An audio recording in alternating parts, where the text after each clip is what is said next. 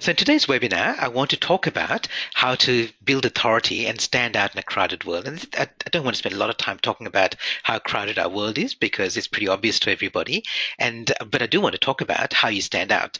And one of the ways you can do that is to build authority. And it's one of the ways that you can do that without having to spend a huge amount of money and having to have deep pockets and have massive reach. So there are many ways you could do that, and one of them I'm going to talk about, which is about publishing, is one way that you can really build authority and position yourself as somebody who is trustworthy, credible, and an expert in your field. And I know that a lot of people here on this webinar here who actually have the opportunity, who are experts and have the opportunity to now become authorities. And the difference between an expert and an authority is somebody who's known for their expertise, as opposed to an expert who just has expertise.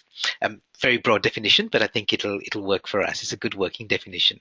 So just to get an idea of the people in the room, there are some challenges that you might be facing in your business, and so I'm going to run a poll, and I'd like you to tell me which of these challenges you're facing right now. So for those who haven't done these webinar polls, they're very easy. I'll just show you the poll, and I'll show it up on the screen at the moment, and you can actually respond with more than one answer here. So, and you'll see that the questions that I've got, I'll show that to you now, are pretty broad.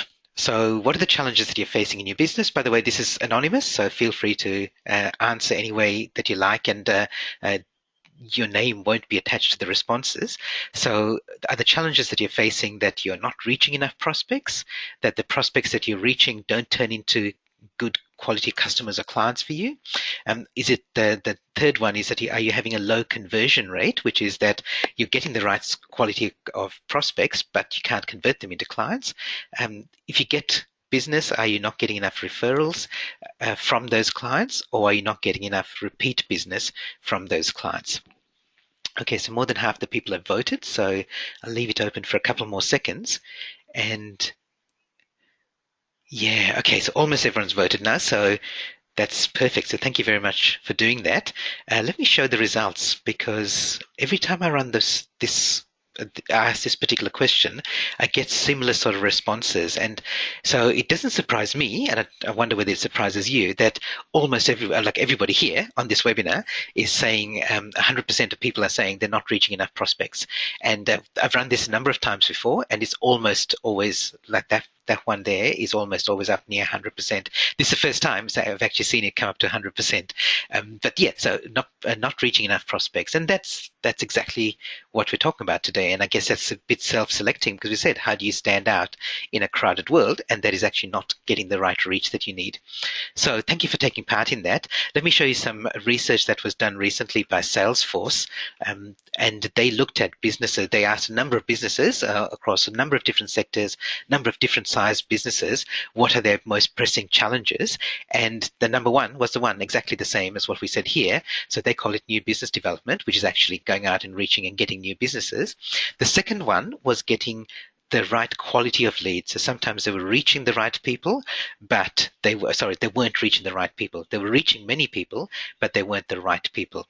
And the third one, which is seems to be a perennial challenge, is technology. So we won't really be talking about technology challenges today, but we'll specifically be talking about these first two and how to build authority that way. Just to give you an idea of how much this could be costing you, I did some research into a number of different businesses and industries, and I actually picked smaller businesses for this. With bigger businesses, the numbers are a lot larger, but I picked a few smaller businesses or practices just to show you, even with a small business, the impact can be quite dramatic. So a typical real estate agent in Australia who might be getting a 2.1% commission, which is the average around Australia on a $530,000 home, they would be getting $11,000 commission per job per listing.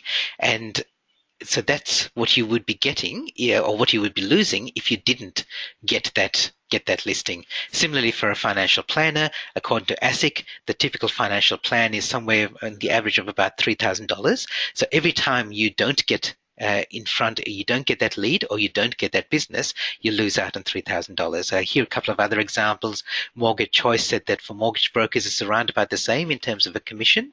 Accountants who work with small businesses average about $5,000 in fees for each new client, and professional speakers like I'm one, and with this run keynotes or workshop presentations. I mean, the average varies, but let's say somewhere between $5,000 to $10,000 per presentation. So that's what you're potentially missing out on if you don't get those leads, if you don't get in front of, if you don't reach the right people, and if you don't convert them so that they become customers or clients. And if you multiply that out, let's say you're missing out on a couple of leads a month, then that could be quite significant for your business. So those are numbers. I just multiplied each of them by saying, let's say you're missing out on one every 2 weeks. This is potentially the amount of money you're missing out in your business. And if you turn that around, if you look at the positive side of that, if you were able to get that sort of income, so let's say $250,000 for a real estate agent and an individual agent, this is not necessarily for the whole agency, what would that mean to your business? So what would that mean? What would that allow you to do both in the business and also what would that income mean for the rest of your life, for the other parts of your life as well? Similarly, a professional speaker adding $180,000 to their income for the year, what could that potentially mean in terms of both your professional and your personal life? Okay, so that's a little bit around what this might be costing you and what it could mean for you if you were able to eliminate that cost and able to reach the right sort of people and get the right quality leads. So how do you do that? How do you stand out? And I've got this in a model of looking at the way that you promote yourself and position yourself in two specific dimensions. So I've used a push and pull. So are you pushing stuff out there and you want people to see it, which is completely valid, or are you positioning yourself in a way that you actually pull the leads towards you? So rather than you going out and pushing and doing things like cold calling, so what does your marketing then generate? So do you still have to go out and push, or are you pulling? And then are you doing it to the mass, so to whole bunches of people, or are you being targeted? And I'm not saying that any one of these is the best way to do it, although I have a preference, and the one I'm going to talk about is my preference and the one that I recommend to most people here. However, there are all of these four options. So let's look at below the line first. So the mass marketing, which by the way used to be the only way that you could do it. You could, for example, you could get media exposure. So if you got good PR, then you might get a TV interview, and that will pull people to you because people will see you as an authority on TV or on the radio, and then that will pull. That will attract the right sort of people to you. Or, of course, there's a push advertising, which is the traditional mass advertising. And it's becoming less relevant now. It's not completely disappeared, as you know. However, it's become less relevant to do the mass advertising and to push it out, especially because we've got online options now. So if you look above the line, if you're going to be targeted, which you can do now because you've got many more options to actually target niche groups, then there are a couple of options here. And this is not the only options, but let's look up here. Social media, you do have to, so you can definitely target groups, but you still have to push, and more so now than ever before. So social media used to be an area where you could build up authority and pull people to you.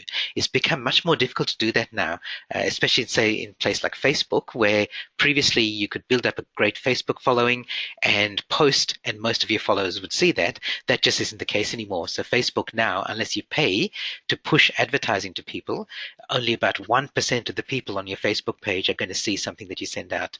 So just let me repeat that. Unless you pay for advertising on Facebook, only about 1% of the people that like your page will actually see it. So if you've got 1 million followers, which takes a long, long time to do, then only about 1,000 of them will see what you post on your Facebook page, unless you're paying for advertising. So the one that I've left to last is the one that I recommend here, and the one I'm going to talk about is a printed book. So a printed book still has value because a printed book still demonstrates that you've got authority, credibility, and that you've got confidence in your material and in your expertise to be able to commit to a book. And there are two kinds of printed books. So one or two kinds of ways that you could use a printed book to position yourself. One is that you write a book that you hope is going to sell and make you a lot of money. And that does work for some people. However, it's almost a business in its own right to be able to do it that way. So I think instead of writing a best-selling book, you should be writing a book that positions and sells you. In fact, I wrote a blog post about this recently, and one of my longest term clients, he said that's one of the best blog posts he wrote because it suddenly clicked for him. And this is what I said. And, this is something that I thought I'd been saying to him for years and years. Actually, I've known him for decades.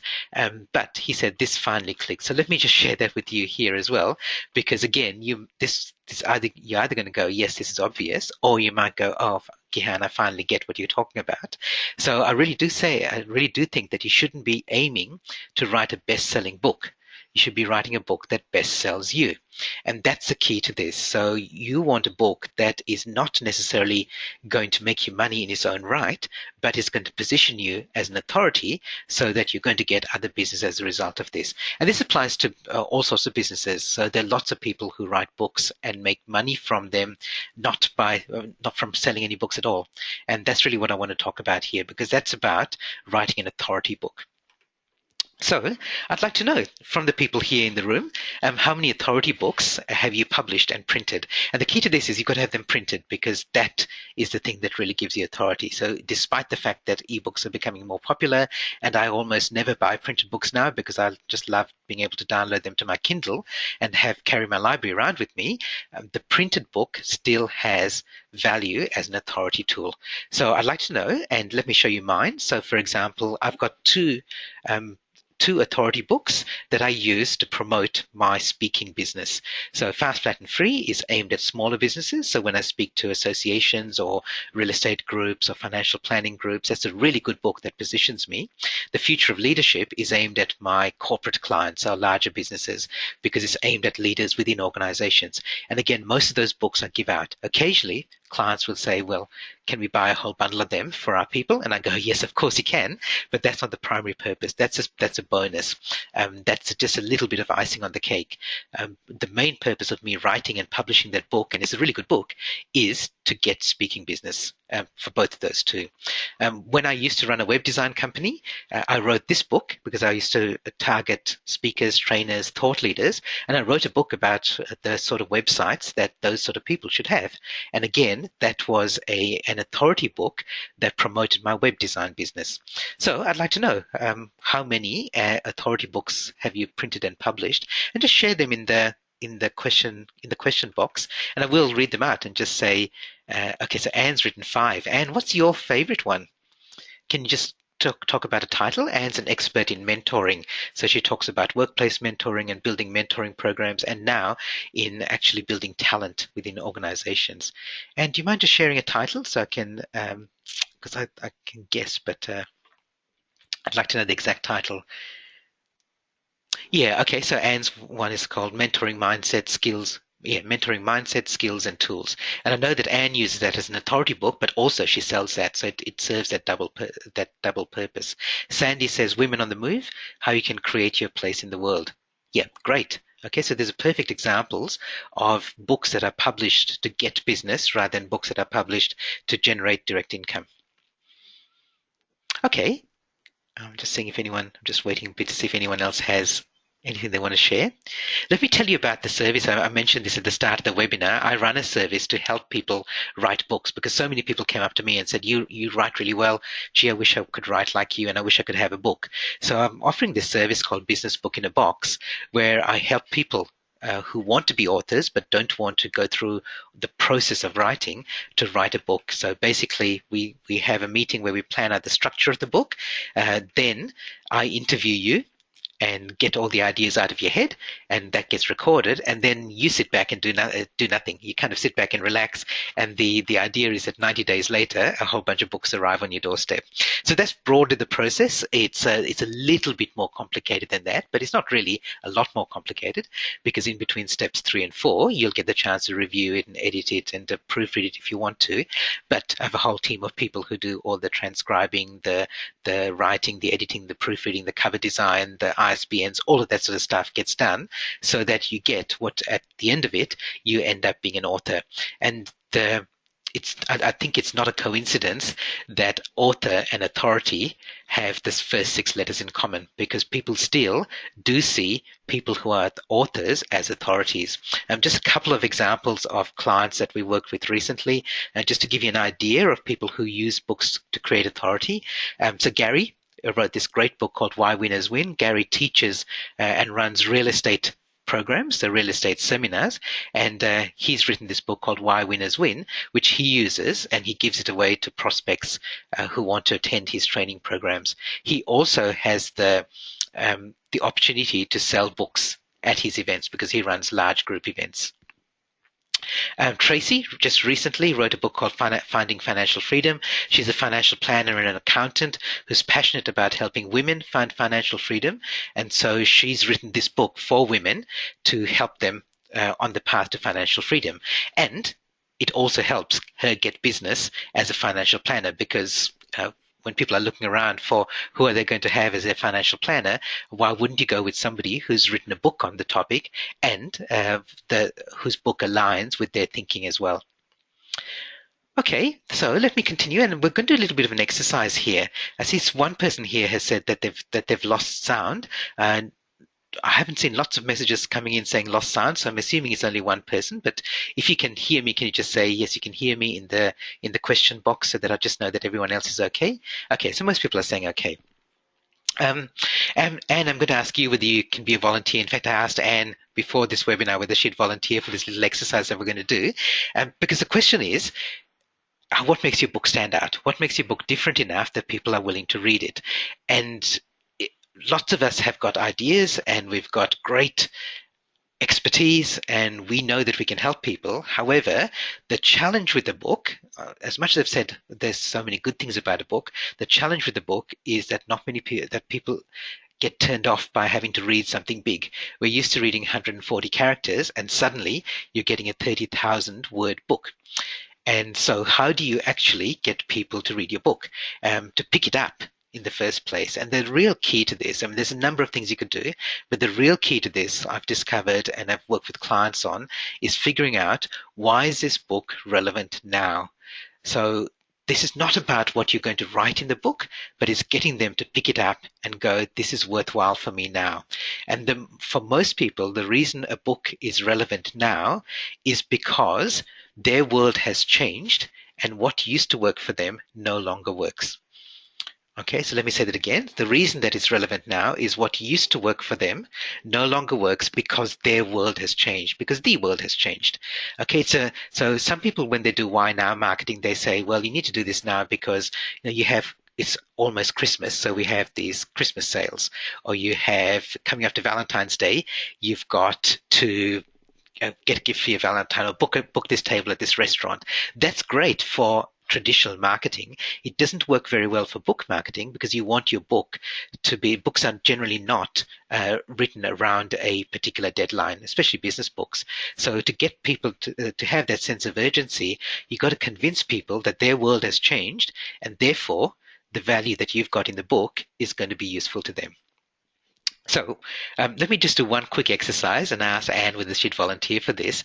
So what you do in your marketing of the book and positioning of the book is show people the threats and the opportunities in their world as a result of things that have changed in their world. So let me give you a couple of examples, and then I'll ask Anne to play along with me in one little exercise that we do. So as a futurist, I talk about how things have changed in the future. And I reckon all of us as experts need to be futurists. We need to look at what's coming up in the future and look at what does that mean for our clients. So for example, when I'm speaking to people who are involved in learning and development, I talk about some of the technology that's coming up. And let me show you an example here. For example, people are working away from home, or working away from the office more and more. So employers who used to have their employees in the office to run training courses, they're just not available anymore, because they want to work from home, they want to work from cafes, they want to work from co-working spaces. And they can do that because there are now the online learning courses available to them. So massive open online courses, or MOOCs, are available, and there's a whole bunch of online learning available, so that helps. And then what if you imagine combining that with virtual reality, where people are can put on a virtual reality headset and they can see other people in the classroom. They can actually see them, their faces and their bodies, as if they were in a real classroom with them. And then if you combine that again with this new technology, in fact, this is coming up, going to be launched in a couple of months. You stick this little device in your ear and it does real-time language translation. So somebody speaks in French, you hear them in English. Or whatever two languages you want to work with. So imagine those four technologies coming together, and that's going to change learning. So if I want to write a book and I want to target anybody who's in learning and development, human resources, talent, it doesn't have to be just in education, but just in any of this, looking at talent and keeping and attracting and retaining the best talent, then those four technologies are going to change the way that learning works. So maybe your book should be aimed at saying, well, when these things happen, are you ready for that? Okay, so that's why now. It's kind of shaking them up a little bit and saying, what used to work no longer works. And let me give you another example. And Anne, I'm going to ask you just to think in your own mind, what are 3 or 4 technologies that are coming up that are going to affect, let's say, a hypothetical book that you're writing. Let me give you one more example. In healthcare, so looking at some technologies that are coming up in healthcare, you can imagine if somebody has a heart attack, in the future, not too distant future, a driverless ambulance will pick them up from their home and dash them to a medical center or hospital. It doesn't need flashing sirens and flashing lights and sirens, because all the cars on the roads will be driverless, so everyone will give way automatically to the emergency vehicles. On the way there, the wearables that the patient has or that are implanted in them will be sending data automatically to artificial intelligence software, which diagnoses and then recommends to a cardiologist who's waiting the exact procedure that she needs to do for the operation.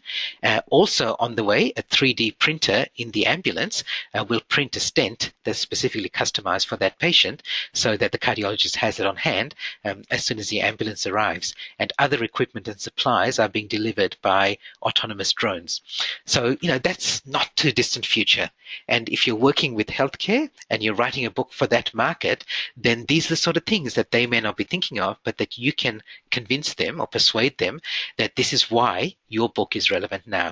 So you kind of got to figure out what technology is coming up, and sorry, it doesn't need to be technology, what changes are coming up in their future that's going to make your book more relevant than ever before. And it applies to anything, of course. It doesn't only have to apply to a book, but I think it's specifically, or it's more relevant for books because, as I said, books generally aren't released around some sort of deadline that has natural scarcity attached to it. So you have to build up a sense of urgency to get your readers to go, yeah, I really want to read this book. Okay, I really want to pick up the book. And whether they then read it is a question of how well you write it. But if they don't even pick it up, then it doesn't matter how well you've written it. It doesn't make any difference. Okay, so Anne, I'm going to ask you whether you can. I'm going to turn your microphone on here. So let me just find Anne in the list of attendees here. Hello, Anne. Hi, Gihan. Great to have you, Anne. And I know that I prepped you earlier, but all I said was, would you mind being a volunteer? Would you be happy to be one? So you didn't know what is coming up, but I hope you've had the chance now to just think about some changes that are coming up. Some will be technology, some will be people changes. Do you just want to share a few of them that are coming up that are going to affect your target market? In fact, tell us what your market is first, and what might be a hypothetical topic that you're writing about. Okay, so a topic that I'd write about is why managers must mentor. Mm-hmm. And one of the changes that's going on is a dramatic change in performance review. So whereas once a year there'd be a performance appraisal and the manager would be ticking the box and rating his or her employees, now there's a move away from that tick-the-box rating scale type of performance review, and it's being replaced by the expectation that managers must have conversations with their staff on a regular basis to discuss their performance and to build their capability. Good. So let me take that one step higher, if you like. So one of the things that's happening is that, as you say, there's a less of a dependence or a less of a demand for or demand to move away from performance reviews. But why? What's changed in the world? Is it that Gen Ys want continuous mentoring and continuous feedback? Is it that people are becoming more mobile, so you need to assess them more frequently? What's changing? So what's caused that move away from performance reviews? Actually, it's research that says that they don't work. Okay, good. So that's perfect. So one thing says performance reviews don't work. Good. Yes. So is that new research? Because we want to say why now more than ever before. Yes, it's fairly new. Yep. It's probably been coming over the last couple of years, but it's kind of hit the airwaves in 2015. There is still quite a bit of debate about it, of course, but and the neuroscientists are kind of leading the charge about Perfect. that. Okay, so neuroscience, that's kind of new, and I'm not saying it's only because it's trendy, but it is something that people kind of know about, and they know that there's, so the argument you're trying to make is that performance reviews used to work, but they don't anymore. Like we would probably say they never used to work, all right? But now we've got science that says that they don't work. Okay, so that's what's new. Okay, give me another Yes. example. Okay, so neuroscience says performance reviews don't work. What else? Well, in the government sector, they've moved over the last 5 or 6 years towards something called a capability framework. Mm-hmm. So they've actually listed a whole range of capabilities in various categories, and people are now expected to develop capabilities over their work life. So people are hired not just for what they can do, but what they have the potential to do, and so there's that expectation of development there as well. Good, perfect. So that's a really good example of where there have been some external changes that have been that have now like forced you to change. Okay, so what used to work no longer works. Can you give me another? Can you give me a third example? Well, I think there are a lot of apps and web pages where people are accessing all sorts of information, and they don't actually rely on their organisation, or they don't. They're not dependent on their organisation for their own learning and development. They're taking it into their own hands, and managers don't know what people are doing. Yeah, good. And I particularly like that one. I mean, I like the others, but I want to point out with this one, what you're talking about is something that may be completely outside their awareness. I mean, they know that there are apps around, but they don't realize that the apps that are out there are kind of making them less and less relevant if they keep doing the things the way they used to do them. Okay, so Yeah, great. That's that's a really right. good example. Okay, so in Anne's marketing, is there anything else you want to add, Anne? I was going to go for three, but if you want to add something else, Well, happy to hear. I think the couple of things that you mentioned before, the Gen Y needing the feedback on a Yep, regular basis, but sometimes they're not able to ask for it, and also the mobility of people. yep, yep. I would just off the top of my head, I'd add a couple of others, like the fact that people are working out of office, so they're telecommuters. So you actually need you need more regular feedback with them because you don't get that just by walking past them every day. So that's a trend, and that increase the demands on managers to be mentors. Um, yeah, so that would be another one that we add. If you said what does 3D printing mean for managers? So I would look there and go, okay, what does that mean? I can't think of an example now, but you could look at some of the technology that's coming up. What about online learning? So the fact that you can now do online learning courses means that employees can go off and do their learning themselves. However, they need their manager as mentor to help them integrate it into the workplace. And I know you believe that, Anne, because I know you've talked about that, and I've probably read about it from you. Yeah. Okay, great. Thank you for playing along, Anne, because I know it's hard to kind of be put on the spot. But thank you, and I picked an expert in the an absolute expert, like Australia's leading expert in this area. So I knew that she'd be brilliant in that. So thanks for playing along, Anne. Thank you. Okay, so I hope you got the idea, right? So the idea is figure out why the world has changed. Sorry, how the world has changed and why that makes your topic more relevant than ever before. It's very easy for us, especially as authors or budding authors, to get really tied up in our own ideas and expertise and go, everyone needs to hear this. And that's right. Everybody does need to hear it, but not everybody wants to hear it. And that's a big difference. So what we're trying to do is create a want for our book, for our topic, for our expertise. Today I'm talking about a book, so that becoming an authority means that people want to hear from you. So you get known because people want to keep hearing from you rather than you just popping up and you're irrelevant to them. Okay, so thank you, everyone. Thanks for coming along. As I said, I'd like you to think about what actions you're going to take immediately and perhaps as a 90-day project. And if you do want to write a book and you're interested in talking to me about that, please do come along to businessbookinabox.com and find out how the process works. I've given you an overview here today. I'd love to work with you. As I said, complete the exit survey and I'll send you a copy of my book right now, which I co-authored with my sister Sam, which will help you if you want to write your book yourself or you just want to understand a bit more about the writing process.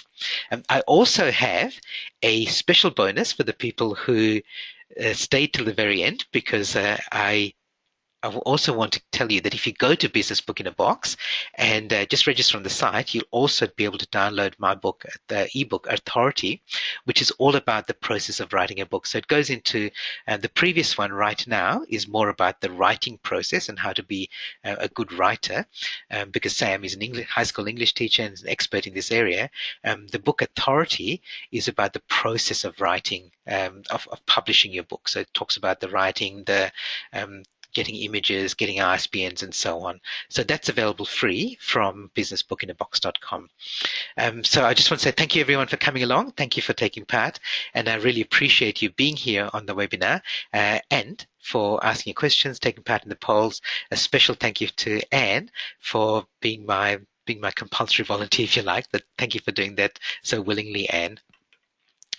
Just to let you know, the next webinar in the series coming up next month is called Step Up, which is about talent. So by coincidence, it's kind of related to Anne's topic, which is about getting the most from the rising stars in your team.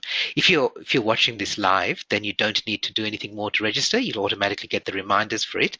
But if you're watching the recording of this, then go to seeingintothefuture.com and register.